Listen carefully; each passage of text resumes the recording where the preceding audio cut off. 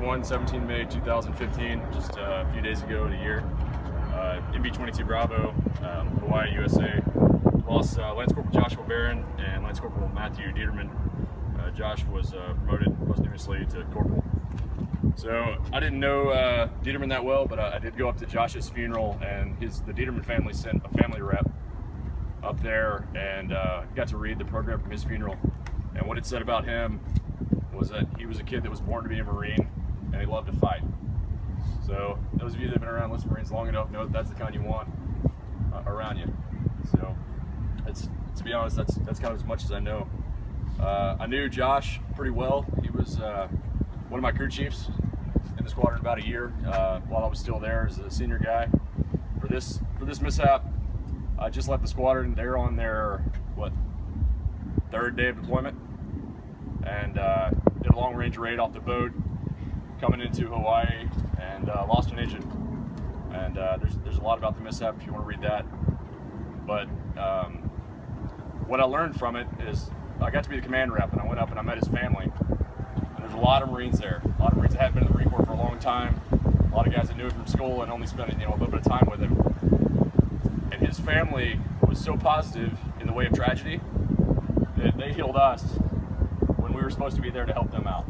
And they've continued to do so. They've spent the last year constantly doing these things and going around. They just got back from Hawaii to dedicate a memorial out there, and they're inspiring the guys everywhere they go, including myself. To talk a little bit about why we're here and why this is personal to me, the other crew chief who broke his back in the mishap, Matthew Sevilla, is a good friend of mine, and I watched Wingman do their mission at that point. So if you guys did watch the video online for this event, Angela Sevilla, Matt's wife, was the girl in the video, and she basically got a call from the Marine Corps, said, "Hey, your husband's been hurt. We'll get back to you. You know, standard call, everything's done right. We'll get back to you with the details when you can travel."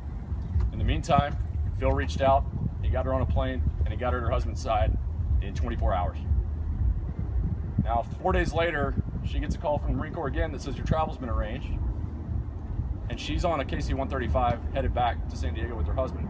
And I'm not bad-mouthing anybody. It's just that's the reality of how big the organization is, and that's what you guys can do for us. And on top of that, we were able to go. I picked Matt up at the hospital, and he grabbed me and he goes, "Get me to that funeral." I was like, "You will get me there."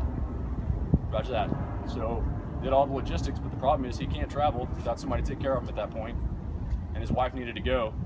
Marine Corps can't pay for that. Once again, Wingman stepped in. They paid for her flight and her hotel. So if you guys don't think you're making a difference by working with this organization, I saw it personally. So for all of you guys, thank you very much.